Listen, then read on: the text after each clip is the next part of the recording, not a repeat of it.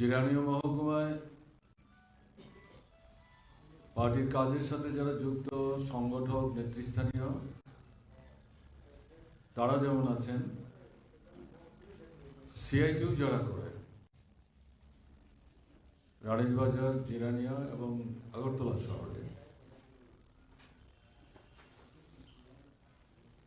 তার যারা নেতৃত্ব এবং সংগঠক তারা উপস্থিত হয়েছে। আমি আপনাদের সবাইকে প্রীতি এবং শুভেচ্ছা জানাচ্ছি। চুনিলাল সাহার স্মৃতির প্রতি গভীর শ্রদ্ধা নিবেদন করছি। তার পরিবার পরিজনদের প্রতি আন্তরিক সমবেদনা জ্ঞাপন করছি।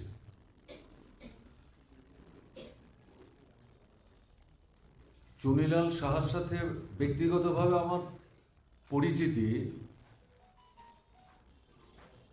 সরকার পরিচালনা করতে গিয়ে। এটা আমাদের একটা নিয়মে পরিণত হয়েছিল। জননির্বাচিত যে সংস্থাগুলো বছরে একাধিকবার এই সংস্থাগুলোর যারা নেতৃত্ব তাদেরকে নিয়ে সেই সংস্থা সরকারিভাবে যে দপ্তর দেখত সেই দপ্তরের যিনি ভারপ্রাপ্ত মন্ত্রী তার উপস্থিতিতে এবং প্রশাসনিক দায়িত্ব যাদের উপর তাদের উপস্থিতিতে তাদের নিয়ে আমরা সভা করতাম। এরকম আগরতলা মিউনিসিপ্যালিটি সহ সারা রাজ্যে আমাদের যে সমস্ত নগর পঞ্চায়েতগুলি ছিল তাদের চেয়ারম্যানদের নিয়ে আমরা মিটিং করতাম।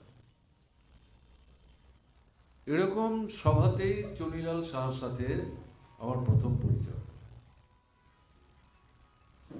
আমি যেটা লক্ষ্য করেছি, যদিও রানীরবাজারের চেয়ারম্যান, কিন্তু চুনিলাল সাহা রানীরবাজারের কথাটা বলে দিতেন, বলে সার্বিকভাবে নগরের উন্নয়নের প্রশ্নে রানীরবাজারে কাজ করতে গিয়ে তার যে অভিজ্ঞতা, সেই অভিজ্ঞতাকে ভিত্তি করে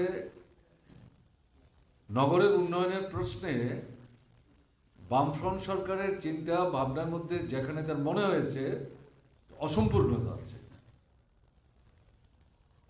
সেটা দৃকপাত করার চেষ্টা করতেন গঠনমূলক দৃষ্টিতে।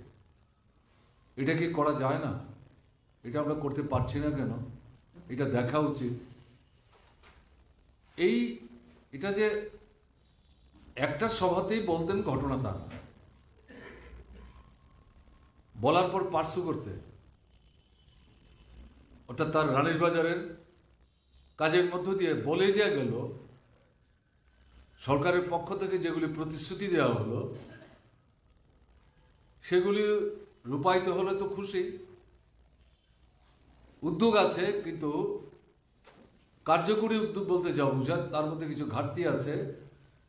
এই প্রশ্নে প্রশাসনের সাথে নিবিড় যোগাযোগ রক্ষা করে দরকার হলে সংশ্লিষ্ট দপ্তরের মন্ত্রী, এমনকি মুখ্যমন্ত্রীর কাছে যখনই প্রয়োজন মনে করতেন আসতেন, কথা বলতেন। এটা লক্ষ্য করা গেছে এবং এটা ঘটনা কমরেড মানিকদেব বলেছেন বিস্তৃতভাবে, তারাই বলবেন একসাথে কাজ করেছেন। এবং বিশেষ করে আজকের সভার শুরুতে যে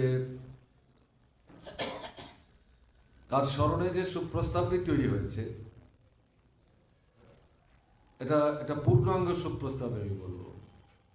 এর মধ্যেই দিয়েই কিন্তু চুনিলাল সাহা কি করে চুনিলাল সাহা বলে এটা উপস্থিত করার চেষ্টা হয়েছে।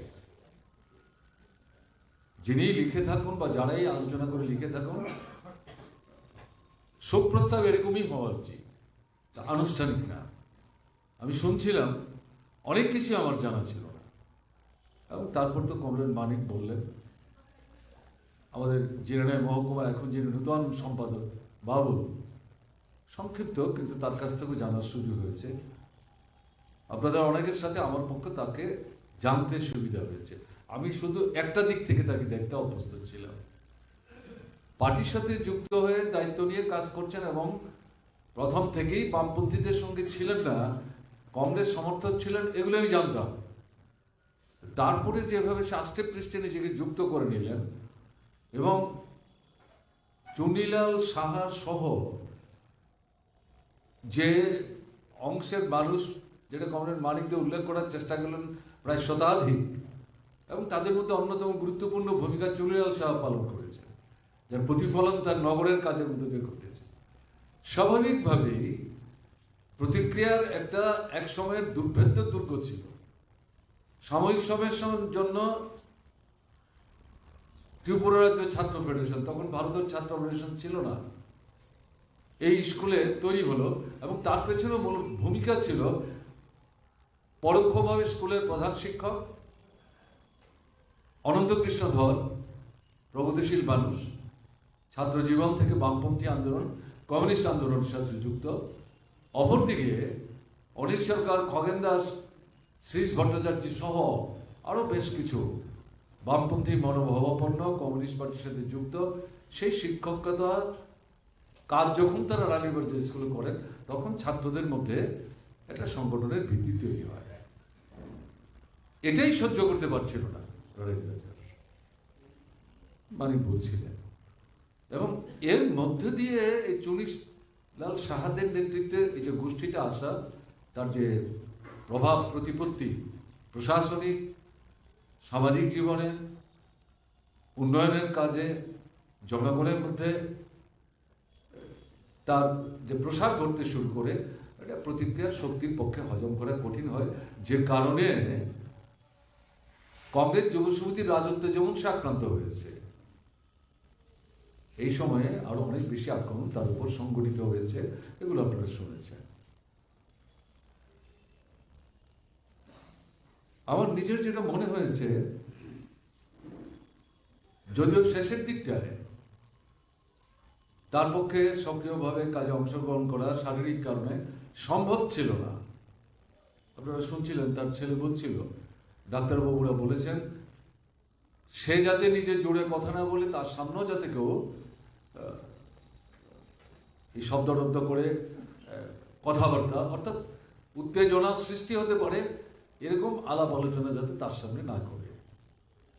এই অবস্থার মধ্যে কিন্তু চুনি খবর পেলে কারোর সঙ্গে পরামর্শ না করেও মিটিংয়ে উপস্থিত থাকার চেষ্টা করতেন। আগরতলায় আসলে সিআইটি অফিসে আসতেন, অথবা জিরানাই মহকুমাতে বিভাগে কাজ করার মতো সেন্টারই খুলতে পারছে না, এটা জেলা অফিসকে ভিত্তি করে কাজ করছে মহকুমা কমিটি, সেখানে হয়তো মাঝে মধ্যে আসতেন। তার এই যে অনুপস্থিতি তার পরিবারের জন্য নিঃসন্দেহে একটা বড় ক্ষতি। এই প্রথম তার বাড়িতে গেলাম, তার বাড়িতে শহরের মাঝখানে এরকম একটা জায়গায় অবস্থিত আমার জানাই ছিল না। প্রথম সেখানে পরিবারের লোকদের সঙ্গে কথা বলার সুযোগ হলো। তার স্ত্রীকেও আমি প্রথমেই দেখলাম, এবং তার যে সন্তান, আমি শুনেছি 10,330 23-এ চাকরি পেয়েছে, চাকরি চলে গেছে। সে সম্ভবত এই 10,323-এর যে সংগঠন, তারা মানুষের কাছ থেকে চাঁদা ইত্যাদি তুলতেন, এগুলো হিসেব নিকেশ রাখতে হবে, তার জন্য ক্যাশিয়ার এই দায়িত্ব চুনির ছেলেই পালন করতেন, আমি শুনেছি। কিন্তু প্রত্যক্ষ ভাবে না বেয়ে চেহারায় চিনতাম না, চুনির ছেলে এইভাবে চিনতাম না। বাড়িতে যাওয়ার পর চিনবার সুযোগ হয়েছে, এবং বাড়িতে যাওয়ার পর বুঝতে কোনো অসুবিধা হয়নি যে গোটা পরিবারের জন্যই তার অনুপস্থিতি একটা বড় ধরনের ক্ষতি এবং সমস্যার সৃষ্টি করেছে।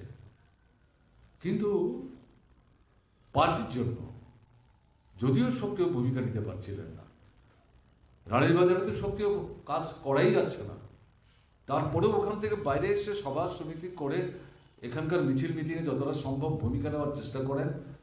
এবং আপনারা দেখেছেন যে ভোটটা হলো, কি কাজ আমরা করেছি, ওখানে কিছু কাজই আমরা করতে পারিনি। মিটিং মানে কি, প্রথম গিয়ে আমরা জিরানের শহরে ওখানকার যে কালচারাল সেন্টারটা, আমরা যে হলটা তৈরি করেছিলাম তার সামনে জমায়েত হয়ে গোটা মহকুমা থেকে মানুষকে সমবেত করে একটা মিছিল করি।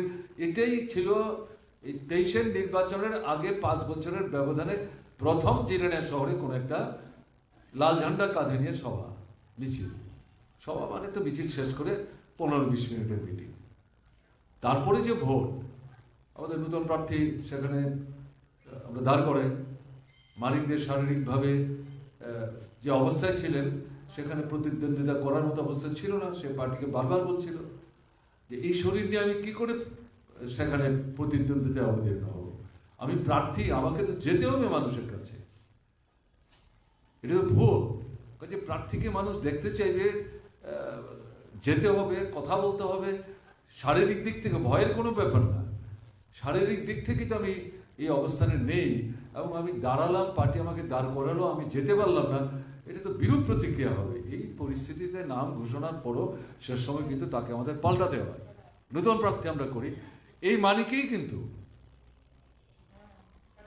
তার নিজের উপলব্ধির মধ্যে আসলো যে এই নতুন ছেলেকে দাঁড় করিয়ে দিয়ে আমরা ঘরে নিজেদের আবদ্ধ রাখবো, এটা তো অন্যায় হবে, তার প্রতি অবিচার হবে। আমাদের কারোর সঙ্গে যে সে কথা বলে পরামর্শ করে গেছেন ঘটনা তা না, সে নিজে থেকেই দিন রাত্র সন্ধ্যায় যাই পেরেছেন ছোটোখাটো এই উঠান সভা, বাড়ি ঘরে যাওয়া, মানুষের সাথে কথা বলা। প্রকৃত অর্থে নির্বাচন এভাবে হয় না। এখানে আপনারা যারা আছেন নির্বাচনী কাজে যারা অংশগ্রহণ করেছেন, অভিজ্ঞতা আপনাদের আছে। নির্বাচনী কাজ করার মতো কোনো সংগঠন এখানে আমরা দাঁড়াই করাতে পারি। আমি যে মজলিসুর বিধানসভা কেন্দ্রের কথা বলছি, রানীর বাজার তো মজলিসুর বিধানসভা কেন্দ্রের মধ্যে এক সময় কম ভোট পেতাম, পরবর্তী সময় দেখা গেল এখানে সারপ্লাস ভোট আমরা পেতাম। শুনছেন আপনারা ঘটনা। এই পরিমণ্ডল তৈরি করার ক্ষেত্রে এই চুনির কিন্তু ভূমিকা অস্বীকার করার কোনো সুযোগ নাই। তো এরকম একটা জায়গায় দাঁড়িয়ে পরিস্থিতি পরিমণ্ডল যত জটিলই হোক, তারপরেও কিন্তু 16 থেকে 17,000 ভোট মানুষ নিজেরা এসে স্বেচ্ছায় ভোট দিয়ে গেছে। এই 17,000 মানুষের কাছে কিন্তু ভোটের তারিখ ঘোষণার পর, প্রার্থী ঘোষণার পর, প্রার্থী বদলের পর, নতুন প্রার্থী দেওয়ার পর যাই সভা সমাবেশ হয়েছে, 17,000 মানুষের কাছে আমাদের পার্টি যেতেই পারেনি। বাস্তব ঘটনা। এর থেকে বুঝতে পারছেন রাজনৈতিক প্রভাব প্রতিপত্তি এবং সংগঠনের যে ভিত্তিটা, এটা না থাকলে এটা হতে পারে না। তো এই যে পরিমণ্ডল, যদিও রানীর বাজারে চুরি কাজ করেছে, কিন্তু গোটা মহকুমায় তার কাজের একটা ছাপ আছে, এটা অস্বীকার করা যাবে না। বিশেষ করে রানীর বাজারকে সাজিয়ে তোলা, এর জন্য কিন্তু চুরিকে ভীষণ অগ্রণী ভূমিকা গ্রহণ করতে দেখা গেছে। এটা আমি চোখে যা চাক্ষুষ করেছি তার কথাই আমি বলছি। এটা পরিবারের জন্য যেমন ক্ষতি হয়েছে, পার্টির জন্য কিন্তু এটা সমস্যা তৈরি হয়েছে। সে সক্রিয় না থাকলেও তার উপস্থিতিটাই একটা নৈতিক মনোবল। আমাদের ওখানকার বসতি স্থাপন করে যে কমরেডরা এর মধ্যেও ঝুঁকি মোকাবেলা করে কাজ করছিলেন, তাদের জন্য এটা একটা নৈতিক মনোবলের একটা বিষয় ছিল। তার অনুপস্থিতি তারা এখন উপলব্ধি করতে শুরু করেছেন। সমস্যা হয়ে গেল। তিনি যেতে না পারলেও মাঝে মধ্যে তার সঙ্গে কথা বললে, তার পরামর্শ চাইলে তিনি যেভাবে আমাদের পরামর্শ দিতেন, আমাদের মাথার উপর একটা ছাতার মতো মনে হতো। এটা আমাদের হাতছাড়া হয়ে গেল, ক্ষতি হলো। কিন্তু এই নিয়ে তো হাবিত্যাস করলে চলবে না, লড়াই তো থামিয়ে রাখা যাবে না, পার্টি তো গৃহবন্দী থাকতে পারে না। বিশেষ করে আজকে দেশের যে পরিস্থিতি, তার যে প্রতিফলন আমাদের রাজ্যে ঘটছে, এরকম পরিস্থিতিতে বাড়িতে মানে শয্যাশায়ী থাকলো, চুনির উপস্থিতি আমাদের সাহায্য করত, কিন্তু চুনি নাই। এটা চুনির প্রতি যদি সত্যি আমাদের আন্তরিক শ্রদ্ধা থাকে, ভালোবাসা থাকে, তাহলে তো তার অনুপস্থিতিতে দ্বিগুণ দায়িত্ব নিয়ে, ঝুঁকি নিয়ে কাজের মধ্য দিয়ে আমাদের লক্ষ্যে পৌঁছার যে বিষয়টা, সেখানে যাওয়ার চেষ্টা করতে হবে এবং এর মধ্য দিয়ে প্রকৃত অর্থে চুনির প্রতি ভালোবাসা এবং শ্রদ্ধা নিদর্শন স্থাপন করা সম্ভব হবে। এটা মাথায় রাখার দরকার আছে। দেশের অবস্থাটা কি? এটা অস্বাভাবিক পরিস্থিতি চলছে। সংসদ চলছে, আমি জানি না এখন 1:45 বাজে, আর 10 মিনিট বাকি আছে সংসদের প্রথম অধিবেশন। দিনে 2টা অধিবেশন হয়, 11টা থেকে 1টা, বিকেলে 2টো থেকে সন্ধ্যা 5টা-6টা পর্যন্ত। এখন এই অধিবেশন চলছে কিনা আমি জানি না। আমি আসার আগে 11টা বাজার 5-7 মিনিট আগে আমি টিভি খুলে দেখছিলাম, তখন সংসদ নিয়ে কেউ কিছু কথা বলছে না। কি চলছে সংসদে? সংসদটা কোথায়? এটাই আমরা বলছি গত বছর 3 যাবত। সংবিধান আক্রান্ত হয়েছে। আমাদের সংবিধানের অন্যতম মর্মবস্তু হচ্ছে সংসদীয় গণতন্ত্র। ভোট হবে, স্বাধীনভাবে মানুষ ভোট দেবেন, সংখ্যাগরিষ্ঠতা যারা অর্জন করবেন তারা সরকার তৈরি করবেন। কিন্তু এই সংসদীয় ব্যবস্থায় বিরোধী দলের একটা গুরুত্বপূর্ণ ভূমিকা আছে। বিরোধীদের বাদ দিয়ে সংসদ এবং তার যে মানে জীবনী শক্তি, এটা উপলব্ধি করার কিন্তু কোনো সুযোগ নেই। শাসক দল সংখ্যার জুড়ে যা চাইবেন তা তারা পাস করাতেই পারেন, কিন্তু বিরোধী দলের বক্তব্য যদি না শুনেন, শাসক দলের ভাবনার ভিত্তিতে বিরোধীরা কি ভাবছেন, ভিন্ন ভাবনা যদি থাকে, গঠনমূলক যদি কিছু বক্তব্য থাকে, তাহলে এগুলো তো শাসক দল যদি সত্যি সত্যি গণতন্ত্রের প্রতি শ্রদ্ধাশীল হয়, শুনবেন, নিজেদের অবস্থান পরিবর্তন করবেন। তারা নতুন কোনো আইন উপস্থিত করার চেষ্টা করলে তুলে নেবেন, অথবা একসাথে মিলে চলুন আমরা আলোচনা করে দেখি এটাকে কি করে আমরা ঠিকঠাক করতে পারি। এই যে পদ্ধতি, এটাই তো সংসদীয় গণতন্ত্রের মূল কথা। তাহলে এগুলো করতে গেলে তো বিধানসভা বলুন, লোকসভা বলুন, রাজ্যসভায় বলুন, শাসক দল বিরোধী দল কথা বলতে হবে। এখন চলছেটা কি? মানে এই যে 78 বছর 79 বছর হলো স্বাধীনতার পর, এবং 52 সাল থেকে যে নির্বাচনের মধ্য দিয়ে সংসদ বিধানসভাগুলি তৈরি হচ্ছে, এই সংসদীয় ইতিহাসের জীবনে বিরোধী দলের সদস্যদের এত বিরাট সংখ্যায় 3 থেকে 4 দিনের ব্যবধানে সংসদ থেকে সাসপেন্ড করে দেওয়ার ঘটনা অবিশ্বাস্য, ভাবাই যায় না। প্রথম যখন এই খবর আসলো, আমি সেলফোনে দেখছিলাম, আমার প্রথম বিশ্বাস হয়নি, এটা বোধহয় ভুল খবর। তারপরে সারাদিনে কয়েক ঘন্টার মধ্যে যখন 2বার 3বার 4বার দেখছি, দেখা যাচ্ছে একই জিনিস রিপিট করছে তারা, তার থেকে বিশ্বাসের ভিত্তিতে তৈরি হলো। তারপর পত্রপত্রিকা আলাপ আলোচনায় নিয়ে হচ্ছে। কোথায় চলে যাচ্ছি আমরা? বিরোধীদের কথাই বলতে দেব না, এবং তাদের অনুপস্থিতিতে একটার পর একটা জনবিরোধী অগণতান্ত্রিক স্বৈরাচারী আইন তারা পাশ করিয়ে নেওয়ার চেষ্টা করছে। আপনারা শুনে অবাক হয়ে যাবেন, ব্রিটিশ আমলে আমাদের যে পোস্টাল অ্যাক্ট ছিল, চিঠি, তারপরে আপনি যে জিনিসপত্র প্যাকেট করে পাঠাতেন, ওগুলি পোস্ট অফিসের মাধ্যমে আমরা পাঠাতে পারতাম। এগুলো কিন্তু পোস্টাল স্টাফের খুলে দেখবার কোনো অধিকার নাই। ইভেন যে পোস্ট কার্ডে যে চিঠি, ঠিকানা ছাড়া অন্য জিনিসের প্রতি নজর দেওয়া উচিত না। এখন যিনি পোস্ট কার্ড মানে বিলি করছেন বাড়িতে গিয়ে, তিনি পড়ছেন কি পড়ছেন না সে স্বতন্ত্র কথা, কিন্তু খামে ঢোকানো কোনো চিঠি, পার্সেল করে পাঠানো কোনো জিনিস, রেজিস্ট্রি করে পাঠানো কোনো জিনিস, এগুলো খোলা যায় না। গোপনীয়তা, এই আইনটা পর্যন্ত সংশোধন করেছে। এই গতকালকে এটা পাস করিয়ে নিয়েছে বিরোধী দলের সদস্যদের সংখ্যা কমিয়ে দিয়ে, রাজ্যসভা এবং লোকসভা। এর মধ্যে আপনার এখন আরো নতুন নতুন 3টা, এটা মানে অত্যন্ত বিপজ্জনক আইন। গ্রেপ্তার, সেখানে বেল পাবে না, বিচার নাই, এই ধরনের আইন ব্রিটিশের আমলে যেটা তৈরি হয়েছিল, যার বিরুদ্ধে লড়াই চলছিল, পার্লামেন্টে যখন এই আইনে কাউকে গ্রেপ্তার করে জেলখানায় পচিয়ে মারার চেষ্টা করছে, এর বিরুদ্ধে যখন তার উকিল কথা বলতে যাচ্ছে, সুপ্রিম কোর্টের আমাদের বিচারকরা বলছেন এই আইনটা কেন আছে? কোনো স্বাধীন ভারতবর্ষের সুপ্রিম কোর্টের বিচারপতিরা বলছে কেন এই আইনটা থাকবে? এখন এই আইন নাম পাল্টে বিজেপি সরকার নতুন জিনিস যুক্ত করে যেভাবে উপস্থিত করছে সেটা ব্রিটিশের আমলের তৈরি করার আইনের চাইতে আরো খারাপ। এটা উপস্থিত করেছে, এই আজকালের মধ্যে দেখবেন এটা পাস করিয়ে নেবে।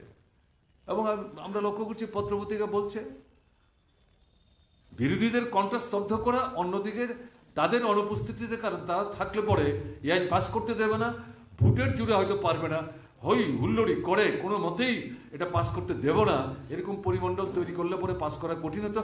এই জায়গায় তাদের সংখ্যা কমিয়ে কণ্ঠ স্তব্ধ করে রেখে যেমন খুশি তেমন এই আইনগুলি পাস করে নেওয়ার চেষ্টা তারা করছে। লক্ষণটা কি?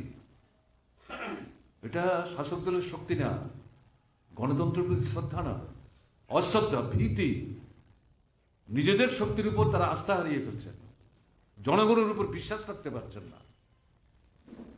গণতন্ত্রের উপর আক্রমণ করে স্বৈরাচারী মনোভাব নিয়ে এই ধরনের কালো আইন, বর্বর আইনগুলি যখন শাসক দল হাতে তুলে নেয়, তখন বুঝতে হবে জনগণ তাদের উপর আস্থা হারাচ্ছে এবং তারাও জনগণের উপর আস্থা হারাচ্ছে, অথচ ক্ষমতায় থাকতে চায়। সেই কারণে এই কালা আইন, বর্বরচিত আইনগুলি হাতে নিয়ে মানুষকে দাবিয়ে রাখার চেষ্টা করছে। এটা শক্তি না, দুর্বলতার লক্ষণ, ফেসিস্ট চেহারা। আমরা যে ফেসিস্ট সুলভ বলছি, অনেকে আমাদের সামনাসামনি জিজ্ঞেস করতে সাহস না পেলে বলতেন ফেসিস্ট সুলভ ব্যাপারটা আবার কি? ফেসিস্ট সুলভ ব্যাপারটা এটাই, ভোট আছে কিন্তু আপনি ভোট দিতে পারছেন না, আপনার ভোট অন্যরা দিয়ে দিচ্ছে। তারপরে যখন সরকার তৈরি হলো, দেখা গেল শাসক দল বিজেপি সরকার তৈরি করতে পারছে না, সবচেয়ে কম আসন পেয়েছে। যারা সংখ্যাগরিষ্ঠ, টাকা পয়সা নানা ভুল ভয় ভীতি দেখিয়ে তাদের থেকে জয়ী যারা, তাদেরকে নিয়ে সংখ্যালঘিষ্ঠ যারা, তারা সরকার তৈরি করছে। কি বলবেন আপনি এটাকে? এরপরে যেখানে কোনো না কোনোভাবে সরকার তৈরি করছে, ওখানে বিরোধীদের কথা বলতে দেবে না। এটাই তো নির্বাচন কমিশন, এই সংবিধান তার স্বাতন্ত্র্য দিয়েছে। এবং এই নির্বাচন কমিশন কি করে তৈরি হবে, সুপ্রিম কোর্ট থেকে সেখানে কোনো আইন যেহেতু পরিষ্কারভাবে নাই, জেনারেল কথা বলা আছে, তারা একটা গাইডলাইন তৈরি করে দিয়েছেন। তাতে কি হবে, প্রধানমন্ত্রী থাকবেন, পার্লামেন্ট এটা লোয়ার হাউস বলে, রাজ্যসভাকে আপার হাউস বলে। লোয়ার হাউসে এমন কতগুলি বিষয় আছে, পাস করলেও এটা রাজ্যসভার অ্যাপ্রুভেল ছাড়া এটা আইন হতে পারে না, রাষ্ট্রপতির কাছে পাঠানো যায় না। তার জন্য এটাকে লোয়ার হাউস বলে, ওটাকে আপার হাউস বলে। লোয়ার হাউসের সংখ্যা বেশি, আপার হাউসের সংখ্যা কম। সম্ভবত এখন আমাদের পার্লামেন্টের 522টা আসন বা 522 জন সদস্য, আর আপার হাউসে 283 জন। আপার হাউসে বিধানসভা থেকে লোকরা যান, সরাসরি ভোট হয় না, কিন্তু লোয়ার হাউসে ডাইরেক্ট ভোট হয়। এখন এই ভোটটা কিভাবে হবে? সংসদীয় গণতন্ত্র, নিরপেক্ষতা বজায় রাখতে হবে। তাতে বলা হলো প্রধানমন্ত্রী, লোয়ার হাউসের বিরোধী দলের নেতা এবং সুপ্রিম কোর্টের চিফ জাস্টিস, এটাই ছিল, কোনো সমস্যা ছিল না। এখন এই আইনটা সংশোধন করে নিল, পাস করিয়ে নিয়েছে গত এই সেশন চলাকালীন সময়। কি হলো, নতুন আইন এনেছে, প্রধানমন্ত্রী থাকবেন, আপনার পার্লামেন্টের বিরোধী দলের নেতা থাকবেন, এবং চিফ জাস্টিস থাকবেন না। কে থাকবেন? এখানে সরকার যারা চালাবেন তাদের মন্ত্রিসভার একজন সদস্য থাকবেন। তাহলে কি দাঁড়ালো? তো প্রধানমন্ত্রী নরেন্দ্র মোদী, মন্ত্রিসভার সদস্য তারই পছন্দের লোক, আরেকজনকে বিরোধী দলের নেতা। এই তিনজনের মধ্যে সংখ্যাগরিষ্ঠ কারা? তারা দুজন। এখানে যদি কোনো বিতর্ক হয়, ভোট হবে, তাহলে এই দুজনই তো পাস করিয়ে নেবে। এখানেই শেষ না। এখন এই যে চিফ জাস্টিস কে হবেন, বা এই যে নির্বাচন কমিশনের কথা বলছি, তাতে কারা কারা আসবেন, তার জন্য একটা বাছাই করা একটা কমিটি হবে। এই কমিটি একটা নামের তালিকা পাঠাবে, কি ধরনের লোকজন তাতে থাকবে। এবং এটা এতদিন কি ছিল, এটা একটা প্রশাসনিক কমিটি তৈরি করে দেওয়া হতো, দিয়ে অফিসারদের মূলত গাইডলাইনটা মাথায় রাখতো, তারা বিভিন্ন দিক থেকে দেখে শুনে সেখানে নাম পাঠাতেন। এর ভিত্তিতে ওই যে তিনজনের কথা বলা হলো, তারা আলোচনা করে সেখানে চূড়ান্ত করে সেটা সংশ্লিষ্ট দপ্তরের মাধ্যমে রাষ্ট্রপতির কাছে পাঠাতেন। রাষ্ট্রপতি তো রাবার স্টাম্প, ফিগারেটিভ হ্যান্ড, সে কোনো সিদ্ধান্ত নিতেও পারে না, বাতিলও করতে পারে না, স্বাক্ষর করার মালিক। এই জন্যই তাকে ফিগারেটিভ হেড বলে স্বাক্ষর করে দেন। এখন এখানে এই যে এই 3 সদস্যক যে কমিটি হলো চূড়ান্ত সিদ্ধান্ত নেওয়ার জন্য, তার আগে যে নামের তালিকা, এই নামের তালিকা তৈরি করার জন্য এই প্রধানমন্ত্রীর পছন্দের মন্ত্রিসভার সদস্যরা তারাই বসে নামের তালিকা তৈরি করবেন। বুঝতে পারছেন? এবার তালিকা তৈরি থেকে আরম্ভ করে চূড়ান্ত করা সবটা শাসক দল বগল দাবা করলো। ভোটটা থাকলো কিছু? আপনারা মনে করছেন আমরা ত্রিপুরায় বোধহয় শুধু ভোট দিতে পারছি না? আগামী দিন আসছে, সারা দেশের মানুষের ভোটের অধিকার সংহার করে তারা নেবে। এই যে জায়গাটা, এটাকে আপনি কি বলবেন? বিচার ব্যবস্থা সর্বশেষ জায়গা, যখন কোথাও কোনো বিচার পাচ্ছেন না, কথা কেউ শুনছে না, তখন মানুষ ওখানে যেতে বাধ্য হন। নিরপেক্ষ কিসের নিরপেক্ষ? শ্রেণী বিভক্ত রাষ্ট্রীয় ব্যবস্থায় কোনো জিনিস নিরপেক্ষ না, এটা সবাই বুঝতে চায় না। আমরা বললে বলার চেষ্টা করে আপনারা কমিউনিস্ট একটু বাড়িয়ে কথা বলেন, কেমন না? আসলে এটাই তো বাস্তবতা। একটু গভীরে যান, তাহলেই দেখবেন এই নিরপেক্ষতা এটা ওই সাপের গায়ের ছোলমের মতো। এটা যখন ফেলে দেয় তখন আসল সাপের গায়ের চামড়াটা বোঝা যায়। এখন এই জিনিসটা হচ্ছে। এখন কি হচ্ছে? সুপ্রিম কোর্টে 34টা পোস্ট আছে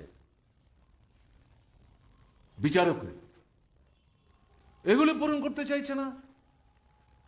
এবং রাজ্যে রাজ্যে যে হাইকোর্টগুলো আছে তাতে চিফ জাস্টিস এবং এই হাইকোর্টের জাজ কে হবেন, এটা এখানকার একটা কমিটি আছে, তারা ঠিক করে পাঠান। সুপ্রিম কোর্টের যে সিনিয়র যারা চিফ জাস্টিসের নেতৃত্বে, তারা এগুলো দেখে ঠিকঠাক করে ফাইনাল করে। এগুলো করছে না কেউ।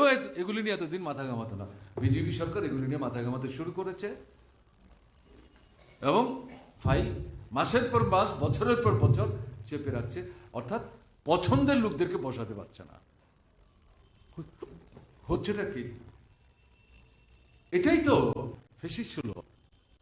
রাজ্যপাল এটা ঠিক শাসক দলই বাদ করে, স্বরাষ্ট্র দপ্তর বাদ করে, প্রধানমন্ত্রীকে বাদ দিয়ে তো বাদ করে না। রাজ্যপালের কাজ কি? বললাম, রাষ্ট্রপতি রাবার স্টাম্প, রাজ্যপালের রাবার স্টাম্প। এবং আমরা আমাদের পার্টির থেকে এক সময় রাজ্যপাল অর্থাৎ থাকবে, এটা তো সাদা হাতি, শুধু শুধু তার পেছনে লাখ লাখ টাকা খরচ করতে হচ্ছে আসে। কি কেন এটা তুলে দাও, এই পয়সা এই রাজ্যের সরকারটাকে খরচ করতে দাও উন্নয়নের জন্য, এবং এই খরচ সবটা রাজ্য সরকারকেই বহন করতে হয়। কত কেউ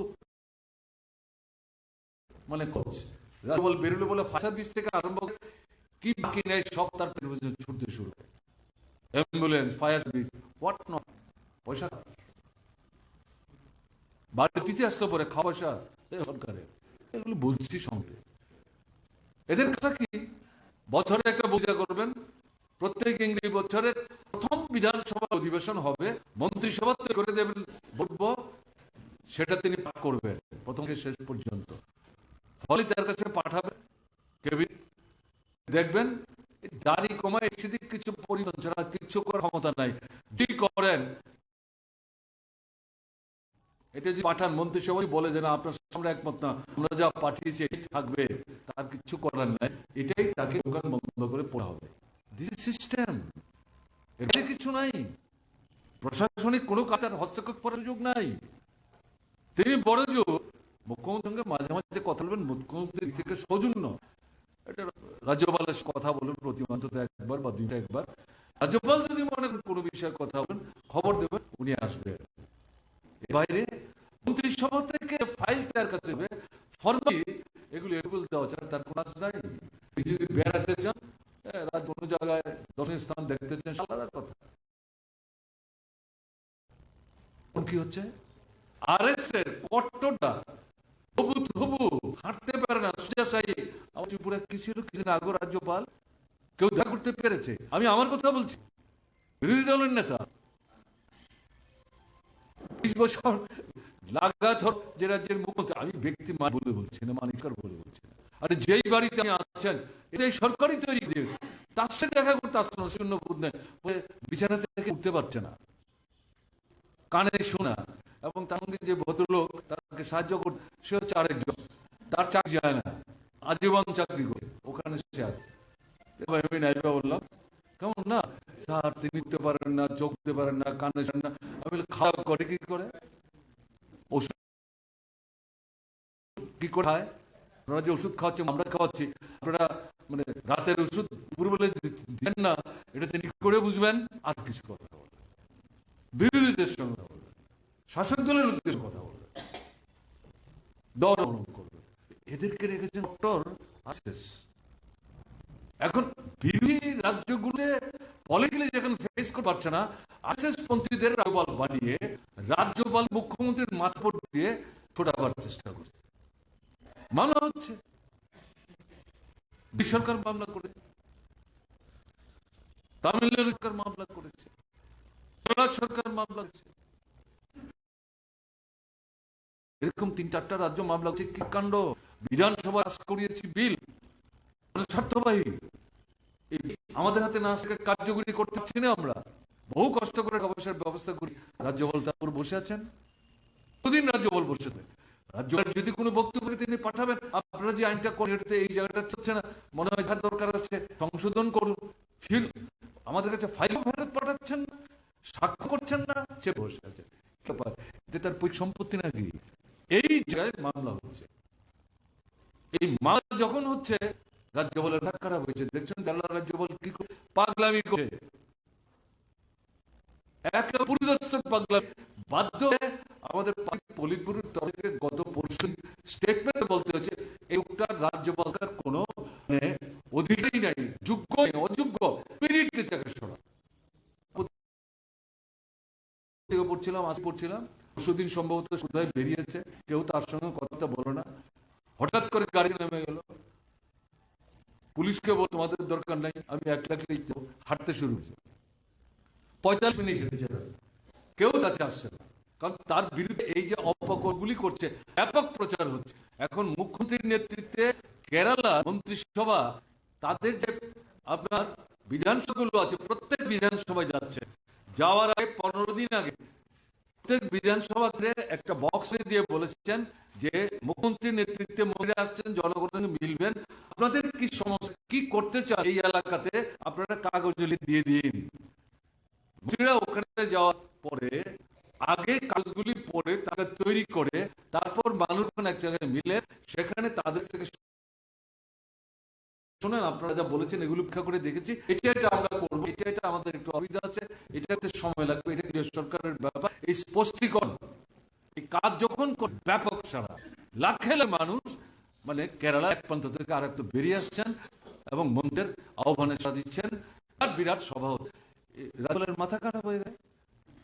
পলিটিক্যালি ফেস করতে পারছে, তাকে পাঠিয়েছে বাইক করে, সে আরএস কিনে যায় না, সে মুসলিম অংশের মানুষ, কিন্তু মুসলিম অংশের মানুষ আরএসএস করে হতে পারে, ক্ষমতার আকাঙ্ক্ষা, মাথা খারাপ হয়েছে। এখন এই পাগলামি সে 4-5টা বিশ্ববিদ্যালয়ে যে সেখানে চ্যান্সেলর নিয়োগ করে আরএসএস লোক, এদের তালিকা কেউ নেই, বিক্ষোভ করছে। আমরা ভিসি চাই, আমরা তো আরএসএস লোক চাই না, এটা সমস্ত জায়গায় কোন বিশ্ববিদ্যালয়ে পোস্টার চেয়েছে পুলিশকে দিয়ে, এই যারা লিখবে তাদের গ্রেফতার করতে হবে। আরো পাল হয়েছে, ছাত্ররা বিভিন্নভাবে ক্ষুব্ধ, এই সমস্ত কিছু সে নিজে এখন হাত পাগল, রাস্তায় 45 মিনিট পর্যন্ত হেঁটেছে, কেউ তার কাছে না, জোর দোকানে গিয়ে দাঁড়াচ্ছে, কথা বলছে, কি বিক্রি করছে, কিরকম বিক্রি, বাচ্চাকে নিয়ে যাচ্ছে, বাবা যাচ্ছে, সেখান থেকে মা বাবার কাছ থেকে নিজেই খুলে ধরে এই কোটে করে 45 মিনিট জ্বর হাঁপিয়ে উঠেছে। তার যে গাড়ি সরকারি গাড়ি সেটা দিয়েছে, এই পুলিশই তাকে করে নিয়ে এই জিনিস চলছে। এগুলো কি এমনি এমনি মনে করলে কিন্তু ভুল। দেখেছি আমাদের শ্বাস পাইলে এগুলি করে, কিন্তু 11 দিনের জাতীয় সড়ক বলুন, রাজ্যপাল তুনাটা করে ত্রিপুরার বাইরে বাড়িতে বসে আরএসএস বিজেপির লোকরা তাদের দলীয় অফিসের বানিয়ে এখানে ষড়যন্ত্র করে এই আন্দোলনটাকে চালাবার চেষ্টা করেছে, কি করে বাম সরকারকে ব্যাগা যেতে পারে। শেষ পর্যন্ত বাধ্য হয়ে মুখ্যমন্ত্রী ফোন করতে হয়েছে, আপনি রাজ্যপাল তো কোথায় আছেন, আমি কলকাতায় করছেন, আপনি পশ্চিমবাংলার রাজ্যপাল, আপনি জানেন পুরাই কি চলছে। হ্যাঁ আমি শুনি তো, আমি শুনি মানে আপনি আসছেন কেন?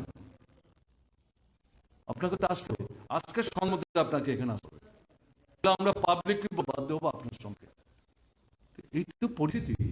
ফলে এই যে ঘটনাগুলো বলছে, এগুলি হচ্ছে ফেসিস। 50-55-60 বছর আগে ফেসিস ধরনটা ছিল, আক্রমণের চেহারা ছিল, আজকে পরিস্থিতিতে ব্যাপার এরকম হয়ে মনে করার কোনো কারণ নেই। আধুনিক বিশ্বে ফেসিবাদও আধুনিক পদ্ধতিতেই ফেসিসব আক্রমণ সংগঠিত করার চেষ্টা করছে। কাজে এই জায়গায় দাঁড়িয়ে আমরা ত্রিপুরায় আক্রান্ত। দেশের থেকে বের করে আনতে পারলে ত্রিপুরাকে বের করা কঠিন হবে। এই পরিস্থিতিতে গতকালকে 28 দলের মিটিং হয়ে দিল্লিতে। অনেকের সন্দেহ ছিল যে নির্বাচন বেরোবার পর বোধ হয় এই 28 পার্টি নাও আসতে পারে, দেখা গেল 28 পার্টি এসছে। 5টার যে নির্বাচনে কি হয়েছে, আপনারা 3 জায়গায় জিতেছেন, বাকি 2 জায়গায় গোয়া হেরেছেন, তেলেঙ্গানা হেরে, মিজোরামে প্রার্থী দিতে পারলেন, মার্কেটে ভোট পেয়েছেন কোনো তাও না।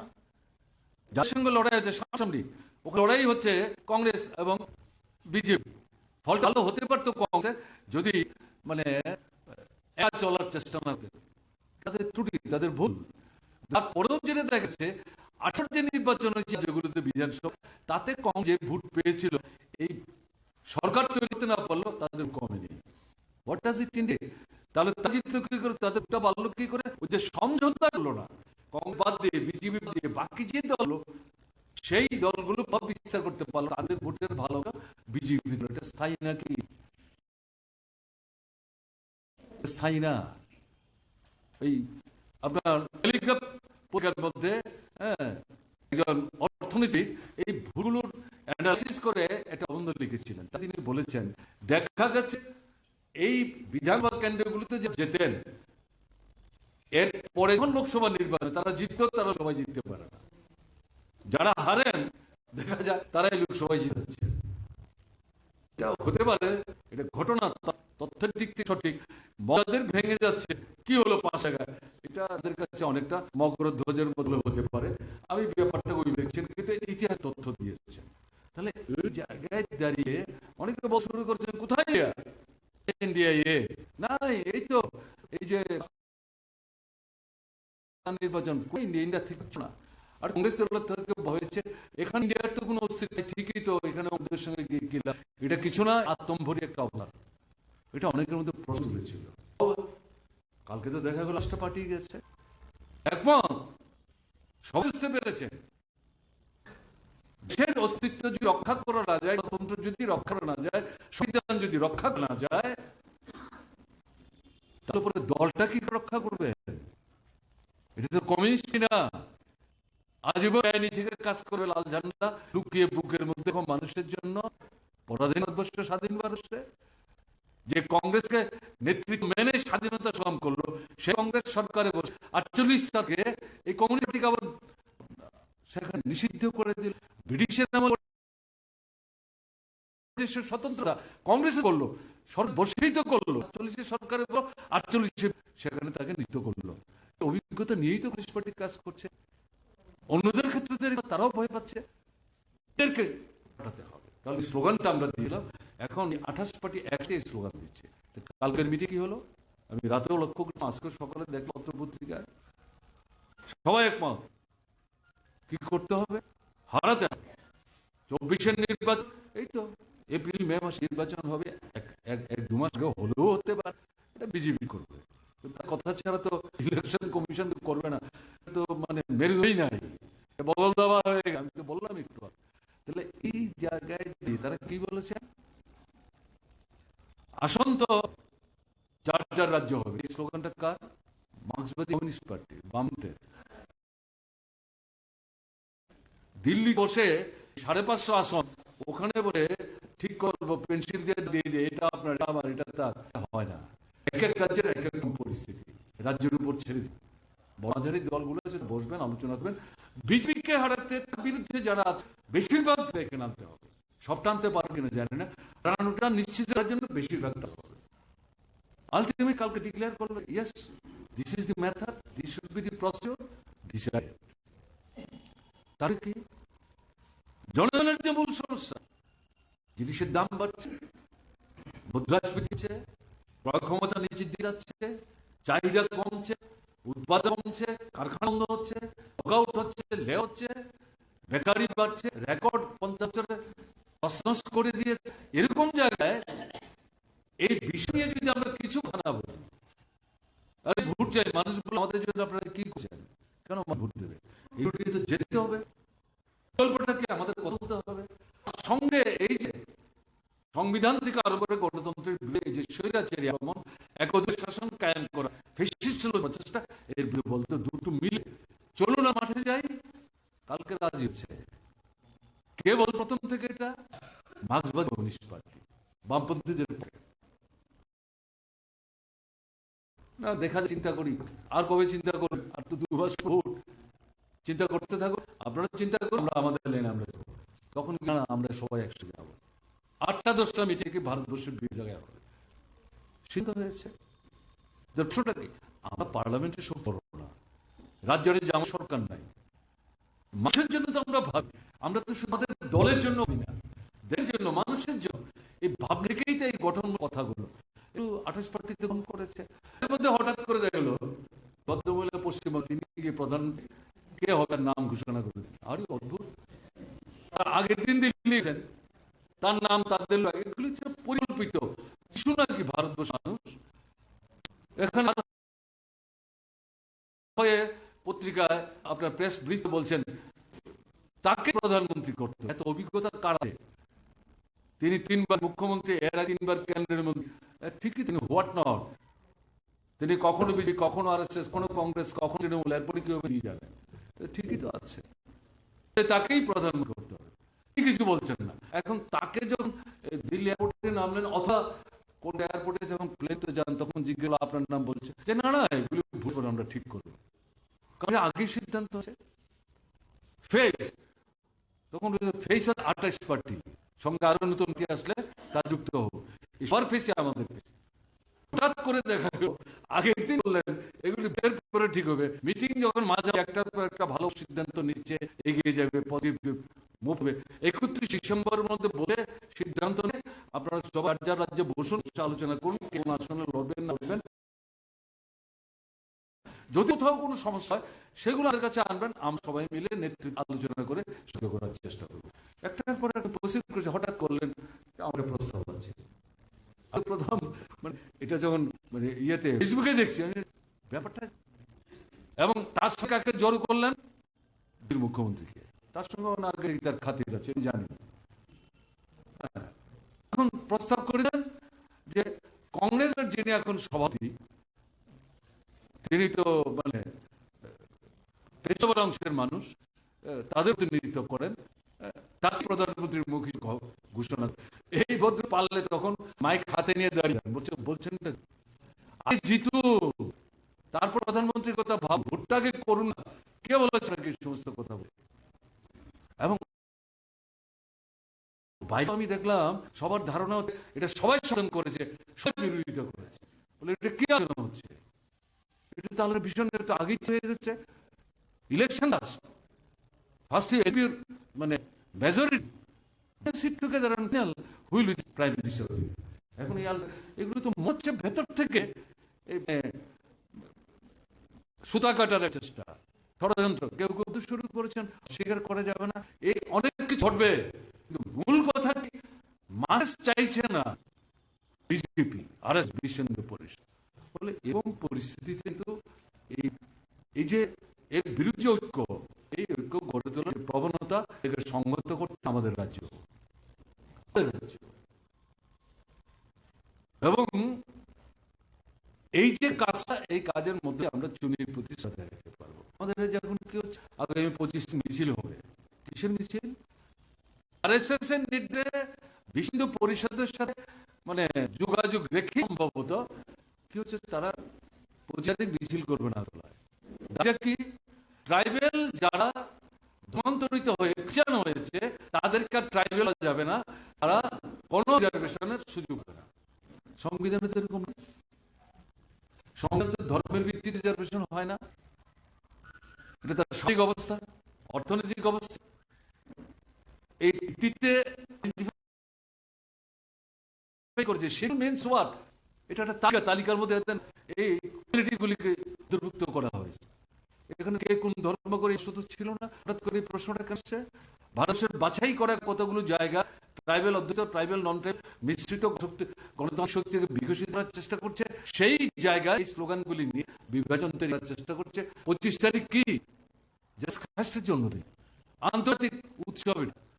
এটা খ্রিস্টানদের এখন আমাদের রাজ্যে সারা পৃথিবীতে দেখা যাচ্ছে হিন্দু, খ্রিস্টান, বৌদ্ধ সবাই অনুষ্ঠানে অংশগ্রহণ করেন, আনন্দ গ্রহণ করেন। এই তারিখে খ্রিস্ট ধর্মের অবলম্বী যারা, তারা নানা ধরনের সেবামূলক কাজ করে, অনুষ্ঠান করে, সাংস্কৃতিক অনুষ্ঠানে মাকে নানা বিষয় সাহায্য করার চেষ্টা। সেই দিন তো আগরতলা থেকে মিছিল করে স্লোগান দেবে অর্থে প্রভূষণ। এটা কল্পিত, এটা বিভাগ তৈরি করা। ওই এক নতুন তৈরি সংগঠন, যেমন আপনার এডিসি মিটিং থেকে, এডিসি ইলেকশন থেকে শুরু করে বিধানসভা নির্বাচন, বিজেপিকে সরকারের টিকে কিভাবে সাহায্য করলো, বামপন্থী থেকে যাতে ট্রাইবেল ভোট না আসে, এটা করে যখন পারছে না, ভুল যখন বানছে, তাদের র্যাঙ্ক এন্ড ফাইলের যখন মুহূর্তে ঘটছে, তখন আরেকদিকে ইন্টার ট্রাইবেল তৈরি করার হচ্ছে। অর্থাৎ ট্রাইবেলদের মধ্যে খ্রিস্টান, ট্রাইবেলদের মধ্যে যারা নন খ্রিস্টান, এদের মধ্যে বিবাদ দিয়ে দেওয়ার চেষ্টা করো। এটাই তো লাইন বিজেপি, এটাই লাইন আছে। এই হিসেবে দৃষ্টিভঙ্গি বুঝতে হবে। এই নতুন কাজাতে তারা একদলীয় ভারতবর্ষের মধ্যে বোঝার চেষ্টা করছে। এটা মেনে নেওয়া যাবে না। আমরা কয়েকজন মানে যাবে না বললে মানুষকে করতে হবে। এই জোর করে কাজ ত্রিপুরা আমাদের করবে, লাল ঝান্ডা কাঁধে। এরকম জায়গায় চুনি যদি বেঁচে ঘরেও থাকতেন, মিটিংয়ে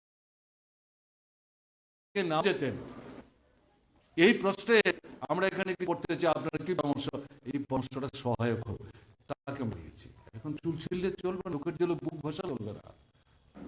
মনে রেখেছে, এটা আমি বলেছি। আগের পরিবর্তিত পরিস্থিতিতে দেশের স্বার্থে, রাজ্যের স্বার্থে একটু সম্পৃক্ত আমাদের কাজের গতি অনেক বাড়াতে হবে। বিশেষভাবে জিরানা পার্টির নেতৃত্বকে লক্ষ্য করছি, রানীর বাজারের কোর্টে এখানে এসেছেন, তাদের সঙ্গে বলবো নিজের পায়ে দাঁড়ান, নিজের কমরের সঙ্গে মানে বাড়াবার চেষ্টা করুন। কি দেখা যাচ্ছে, একটা অংশ অনেক কোনো প্রোগ্রামে অংশগ্রহণ করে না, আগরতলায় এই মিটিংটা রানীরা করতে বললে খুব ভালো, কিন্তু আপনারা যারা এসছেন তার 4 ভাগের 1 ভাগ সেখানে যেতেন, সিদ্ধান্ত নিয়েছে। কিন্তু তারা আসেন, পত্রিকা কিনছেন, পয়সা দিচ্ছেন, চাঁদা দিচ্ছেন, প্রকাশ পাচ্ছেন না। আর অংশ কি বলছেন, একটু অপেক্ষা করুন, একটু দেখি না করলেন। 3 নির্বাচন দেখবেন তো হলো না, এখন 24-এর নির্বাচন, এটাও যখন হবে না, তোর কি বলবেন, সমাজটা দেখবেন নাকি? সুবিধাবাদী এরা গাছেও খাবে, প্লটটাও কোটাবে। এরা এখন সরকার থাকার মধ্যে যেমন সুযোগ নিয়ে, এখন সুযোগ সন্ধানের দৃষ্টি নিয়ে শাসন ক্ষমতায় আছেন, তার সঙ্গে কোনো না কোনো ভাবে রক্ষা করে আর সুযোগ নেওয়া যায়। আবার পার্টির সঙ্গে যোগাযোগ মাঝে মধ্যে চাঁদা দিচ্ছেন, মেম্বারশিপ রিনিউ করছেন, টিভিটাকে ওই দিক সেদিকে সপ্তাহ হিসাব না কিছু দেন, একটু ছুঁয়ে রাখি, যদি কোনো কারণে আবার সরকার চলে আসে, তখন আমাদের মানে ছুঁড়ে ফেলতে না। এদেরকে জানুন তো, কত এদের পেছনে ছুটবেন, সময় কেন না করছেন, করবেন না। পরিষ্কার বলছি, যারা করেন সাহস নিয়ে, ঠিক আছে, ওখানে করতে পারছে না, অফিস করতে পারছে না, করছে যোগাযোগ রাখবে, কি করতে হবে বলো, কি করতে হবে বলুন তো, একে নিয়ে নতুনদের আনার চেষ্টা করুন। তাদের আমাদের খারাপ ব্যবহারের দরকার নেই। কেন তাদের কেন ঘুরে আপনি সমালোচনা করবেন? আর তো করলেন তো অবশ্যই, এটাও বুঝতে হবে। এই সমস্ত ভাব নিয়ে কাজে এগোতে হবে, কিন্তু বেশি হাতে এখন গাছ হারা দিয়ে দাম তো পরিস্থিতি হারের পর ছিল 23-এর তা নাই, দেশ অবশ্যই এই জায়গা নেই। কালকের মিটিং তো একটা ইঙ্গিত, এটা মাথায় রাখতে হবে। মধ্য দিয়ে উনির প্রতি আমাদের শ্রদ্ধা, ভালোবাসা নিদর্শন আমরা স্মরণ করার চেষ্টা করব। এই কথা বলে আমি আমার কথা বলা করছি। ভালো থাকবেন। আমার নমস্কার।